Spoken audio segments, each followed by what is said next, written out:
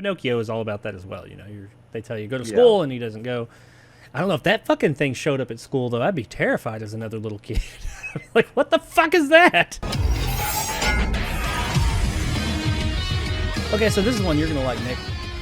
Pinocchio. Guillermo del Toro's Pinocchio. Yeah. Rather. Well, it would appear that Guillermo del Toro's Pinocchio is part of the most twisted fucking trilogy ever made. Hell yeah. It better be. If you didn't know, if you weren't aware. In his own words, he says, and I thought about doing a voice here because he does it. For me, I can't do it. I can't. I'll come off sounding Italian or something. Anyway, for me, the movie is a companion piece. It is the third movie in a trilogy with Devil's Backbone and Pan's Labyrinth. That's, really? to me, where the movie belongs. And those are the three movies about childhood and war. And I think the whole movie is in that sense of a piece with those.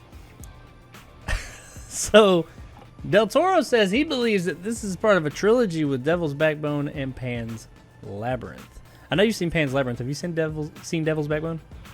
I saw a long time ago, so I don't remember very well. But I remember really liking it. It's like it's a good it's a fantasy film if I remember right. It's a ghost.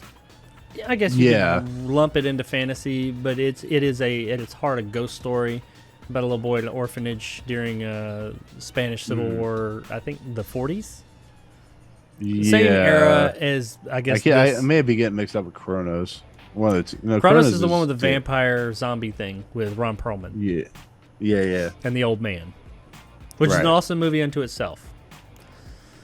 But no, this takes Devil's Backbone is a little boy who's at an orphanage out in the middle of the desert in Mexico, and he, I think it's in the 40s. It's the same era as Pan's Labyrinth, and during the Spanish Civil War, I think it's the Civil War, and it might be earlier than the 40s, but either way, there's a ghost there, and it's about him trying to figure out why this little boy ghost is there and what's going on. It's a horror thriller, but there's some fantasy elements added into it. Not as much as Pan's Labyrinth, but there are some fantasy-esque things going on there. I don't know. I haven't seen this Pinocchio yet. In all honesty, when looking up this story, this picture of Pinocchio here in the background is the first time I've seen it. Holy fuck!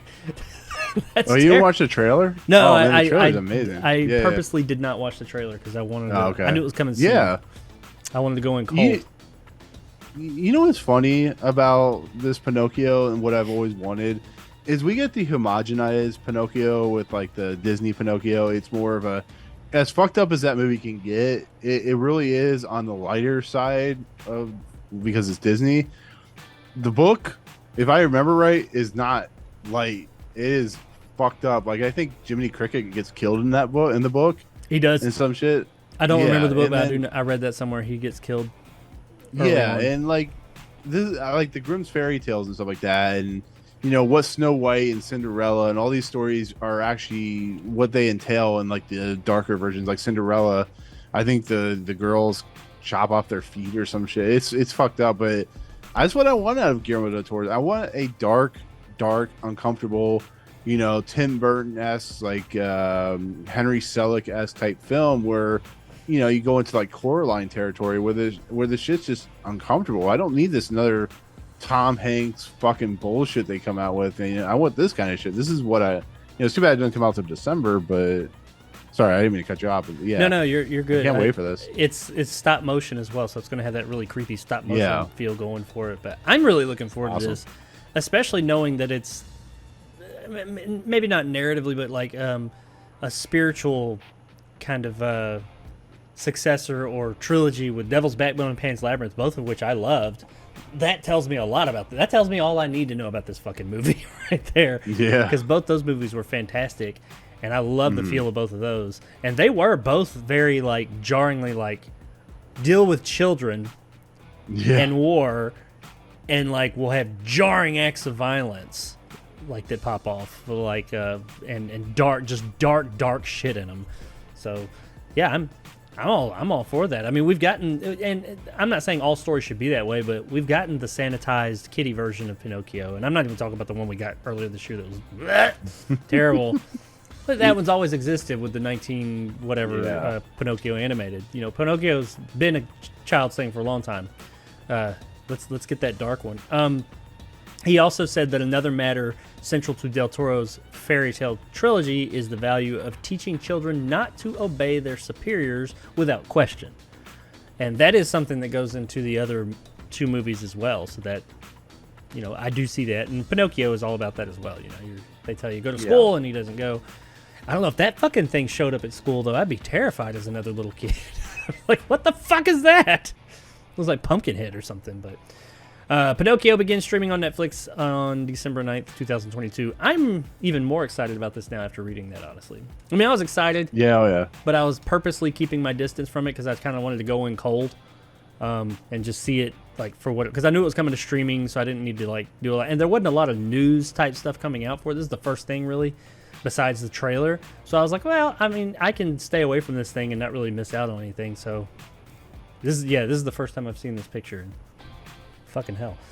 But I'm looking forward to it. I would strongly suggest if you haven't seen... I know Pan's Labyrinth was a lot more popular. If you have not seen Devil's Backbone, not just you, Nick, but anybody, check that one out. It's one of his first films. It's not his first, but it is one of his older films. It is Spanish language, but it's so good. It's one of the...